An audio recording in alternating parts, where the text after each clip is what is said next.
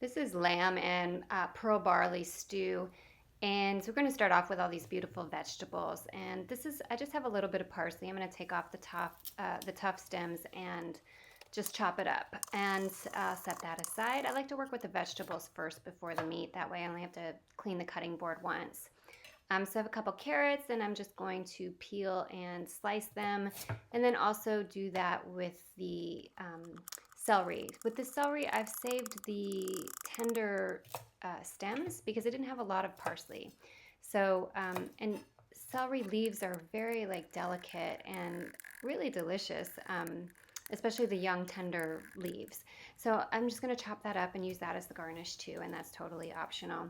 Here's some lamb shoulder, and I got this already like as a stew meat from the butcher at the grocery store. You can get this as a total lamb shoulder. You can also use leg of lamb. Lamb is really fatty, and this is going to be the, most time consuming part of this whole recipe. So you don't want to get rid of all the fat. That's fine. Lamb is, again, super fatty.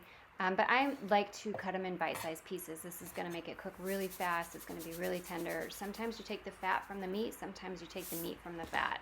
Just be with the process. You can see there's fat in there. I'm not worried about it. I'm going to liberally salt and pepper it, and I'm going to move to the stovetop. So the recipe is written as you just sear stuff in batches, but I'm kind of lazy, or I'd rather just do 2 dishes and sear these all at the same time.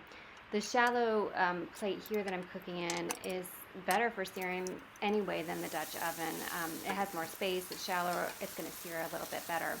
So this is just salt and pepper. If you want to make your stew thicker, then you would coat the meat in a little bit of flour before searing, but I don't want to do that. So I'm going to move that meat aside. It just took a couple of minutes to cook, and I'm going to just deglaze the pan. I'm not trying to cook in this pan. It just has a really low heat with some salt, and I just want to get the fond or the bits off the bottom of that pan to put in the Dutch oven over there. But first I'm going to mix in this garlic since this is still hot, and that can just cook in there. So basically, now that's done, I'm going to remove the lamb from the big pot because it is done. You could totally just eat it, snack on it right now. Put that on a plate and set that aside for adding in the last 10 minutes of the recipe. Move the vegetables over to this pot now. The pan has got all those good seared bits off of the bottom of that, and I should be using a little spatula here, so I'm going to switch over to a spatula to be kinder to my nonstick pan, and then cook those for about 5 to 7 minutes in the stock pot or until the veggies are tender. At this point, I'm going to add in the bay leaves and also the broth. Bring that to a boil covered, and then reduce the heat to a simmer. And that will just take a couple of minutes. But once that's simmering, go ahead and throw in the pearl barley. And read your instructions. This pearl barley takes about 30 minutes. Yours might take 45 minutes. But cover it and cook it on a low simmer. And then after 30 minutes, throw in the green beans and throw back in the lamb. And then you're just going to cook that for about 10 minutes or until the beans are the desired consistency that you like. So bring it to a boil, cover, reduce the heat to a simmer for 10 minutes.